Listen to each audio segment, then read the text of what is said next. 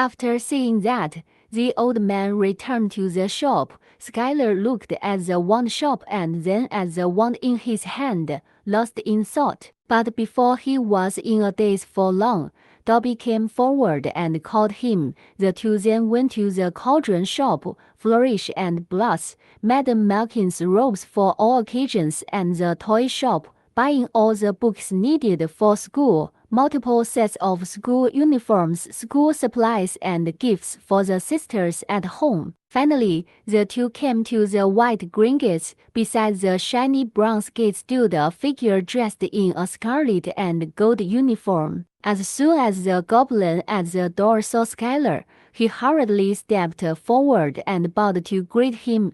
Master Skylar, I'm glad you can come in person. Your arrival is an honor for Gringotts. Please come in. If you have any needs, please tell us, and we will sincerely do our best to solve them for you. Also, Mr. Dobby, long time no see. Under the enthusiastic welcome of the goblins, Skylar and Dobby entered Gringotts and passed through the silver gate engraved with words to reach the tall marble hall. Behind them was a father and daughter. The father was rather sturdy in a suit, and the daughter had fluffy curly hair. When she left, a pair of prominent buck teeth could be seen. As soon as the father and daughter wanted to enter, the goblin reached out to stop them. With a look of disgust on his face, Muggle, why are you here? What are you doing here? The father and daughter looked at the strange creature in front of them, looked at each other, a little embarrassed. Hello, is this Gringotts? My daughter is a new student at Hogwarts and needs to exchange some money here. Go inside.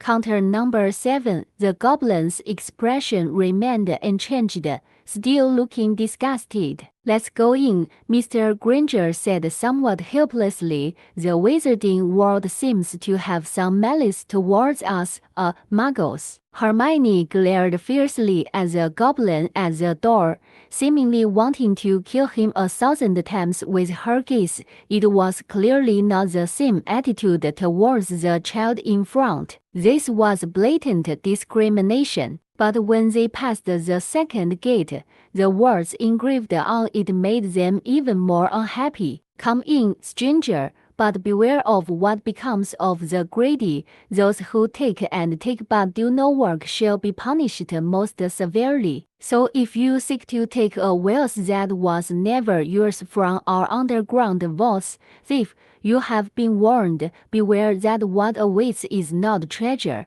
but retribution. What does this mean? The goblin at the door just regarded us as thieves, right? I must tell the school that this is discrimination. I think someone must take care of it. Hermione said angrily, seeming to be going crazy. She originally wanted her father to have a good impression of the magical world, but now it's all ruined. After Skylar withdrew 200 galleons in gold, he was ready to leave when he faced a father and daughter walking towards him. The daughter's appearance seemed somewhat familiar. Isn't this the famous smart egg, the future minister of magic, Hermione? What a coincidence. I didn't expect to meet here. So Skylar smiled and waved at the two as a greeting. Mr. Granger responded enthusiastically and thought that the wizarding world didn't seem to be all like that just now.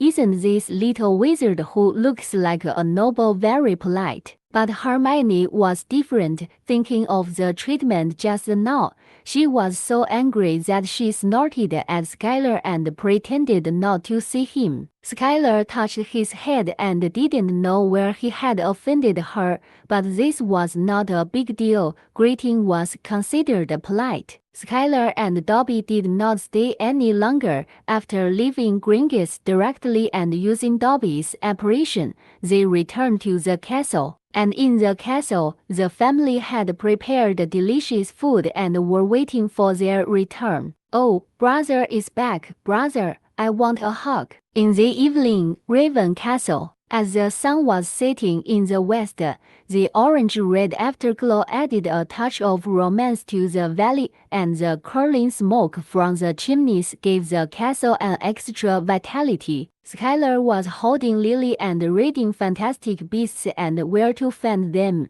Nini was playing with a new toy beside the dining table, looking back at Skylar and Lily from time to time. Her big eyes were blinking, hoping that the two would join her, but they didn't notice. Perhaps she was tired of playing with the toy, or maybe she felt that playing alone wasn't lively enough. Nini apparated and landed on Skylar's shoulder, tightly hugging his neck and giggling while blowing air at him. "Oh, Nini, you naughty one, it seems I have to carry out a cruel tickling punishment on you." Skylar led Lily to suppress Nini, and the three of them played together. Not far away by the windowsill, Victoria was quietly reading A Year with the Yeti in bed. She had been longing for this book for a long time. Skylar was in a good mood today and brought her a copy. Of course, if there were other choices, he would definitely not buy a book by Lockhart. "Everyone,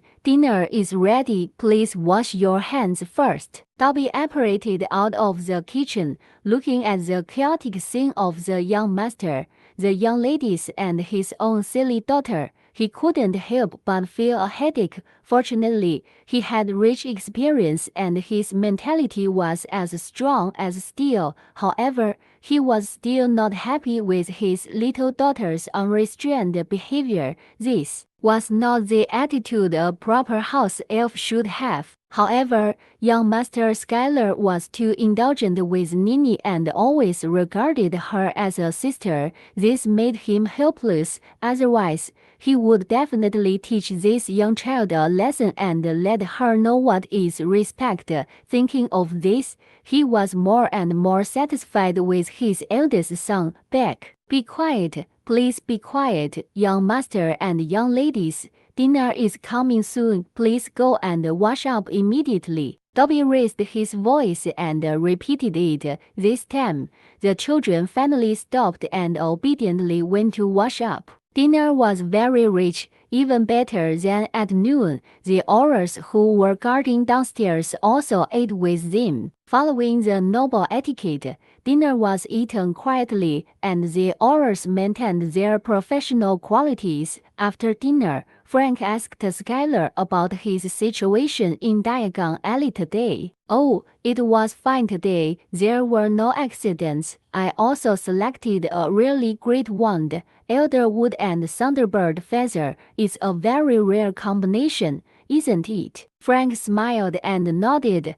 He knew very little about wandology, but he had also heard of Elderwood. Compared to its reputation for misfortune, the fact that it only recognizes the strong is better known among the Aurors. It seems that another powerful wizard will emerge from the Weatherly family. Mr. Skylar, congratulations on obtaining the best partner for a wizard. I hope we can work together in the future, but everything went smoothly today. It seems that the culprit behind sensed something was wrong. Maybe someone tipped him off. Skylar thought deeply and found that Frank's last words were quite meaningful. It seemed that this curse might not be a simple act of revenge. After all, how could Lynch Dobby, a down-and-out black wizard who was declared dead, have intelligence from the Auror office? The real culprit behind the scenes should have extensive connections and was very likely one of those old pure-blood families. Thinking about the family's experiences over the years and the disgusting faces of the pure-blood families in the Harry Potter world,